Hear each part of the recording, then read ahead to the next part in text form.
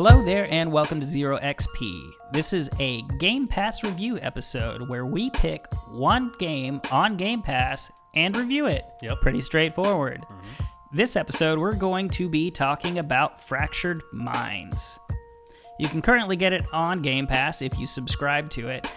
We picked this game primarily because it's a short game. You can actually beat the entire game in under 20 minutes. If you want to stick around and get all the achievements, you can do it in pretty well under half an hour. Yep. Just a little bit of background on it. It's a puzzle role-playing game. It was made by one person, Emily Mitchell. She's a British game developer. And that's always something that comes in, I guess, pretty heavily in my kind of choosing how I want to review a game. Because I will tremendously give more credit to somebody who's a single person or small team making a game versus a large team of people, just because it takes a lot to do that on your own. Well, be that motivated to make something that's playable. The intent of the game is to give some insight into experiences of those living with mental illness.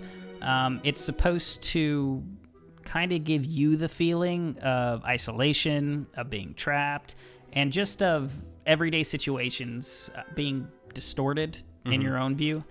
And I mean, Patrick, did you pick that up as you played through it? The one that stuck out to me, I think more the level that stuck out to me more than anything was the there's a level where you're underwater and you have to move slowly, but you're having to accomplish a task in a certain sequence, a certain order. That is something that I can identify with, where it seems like something that should be so easy, but the idea of actually doing it just seems so tiresome you don't actually want to go through with it. Yeah, and I mean, because we don't want to spoil too much, there's one where you're looking for a key and you kind of overthink it, and I'd say I relate to that one a little bit. Okay, but that's just kind of a little reflection of the gameplay. The game is so short, there's very little reason to not check it out unless it's just something that doesn't interest you, which is perfectly fine. It's a good game not even really fully a game, would you say? Yeah, it's just kind of like a series of puzzle rooms. Yeah, it's a good experience, I guess, to try out while you wait for Outriders or something to download. Yes, yeah, it's just a quick kind of a game for in between game time. Let's get into the actual review of it. The 4 categories we look at are graphics, story, gameplay, and we give it an achievement score because we're nerds. What did you think about the graphics, Patrick? I mean, they were simple and they were fine. I actually thought she did a really good job with use of particle effects. Okay. To help out the visual style.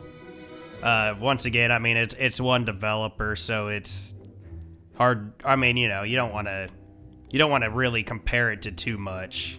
No. So to kind of cover it, we do this on a 10 scale. So what number score would you give it? 6, which I would define as fine. Okay. I went a little bit lower. I did give it a 4, not because I thought that it was horridly ugly or anything. It just didn't do anything that really impressed me. It was just kind of there. Yeah. So, I mean, and graphics aren't necessarily important in this. I guess I should stress that. This is not a game that you look to be wowed by. It is the experience more than it is the visual effect of it in most cases. There are some things in there that do come into play, and they come into play the way that they should. Story-wise, how do you feel about it? Once again, I mean, this is a harder game to navigate. I guess for what it's trying to accomplish and how well I think it does, I would say maybe an 8. Okay.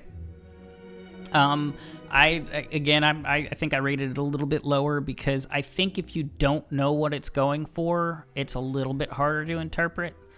I gave it a 6. And not because I don't think there's anything wrong with that. To me, this is a good game. I mean, spoilers for how it's going to turn out, in my opinion. I just felt that the cohesiveness behind it isn't necessarily apparent unless you've done a little bit of looking into the background of what the game was trying to achieve. Otherwise, it just kind of comes off as some loose puzzles. Yeah.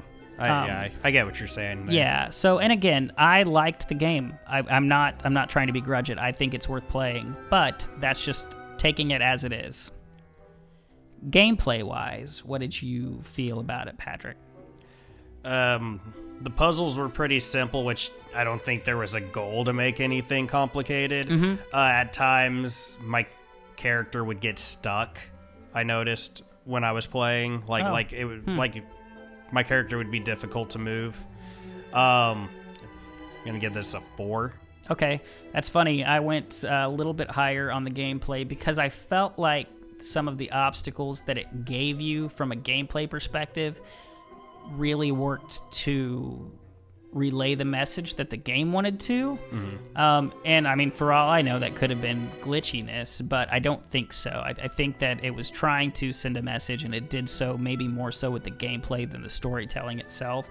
So again, not a super high score, but I gave it a 6. Yeah.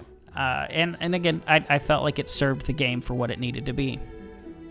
And then finally, the least important part of our reviews, how'd you feel about the achievements? 10. 10? 10. Yeah, it's I easy. mean, I got, I think, all of them but one just playing the game. And then the one that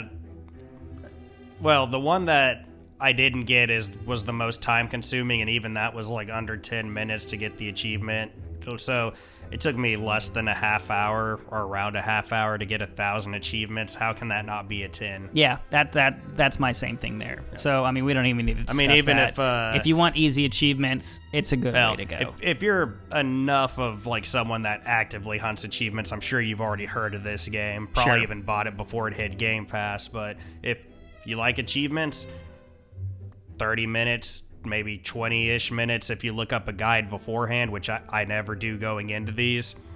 It's just easy. Yep. Yeah. All right, so to sum it up, what's your score? 6.5.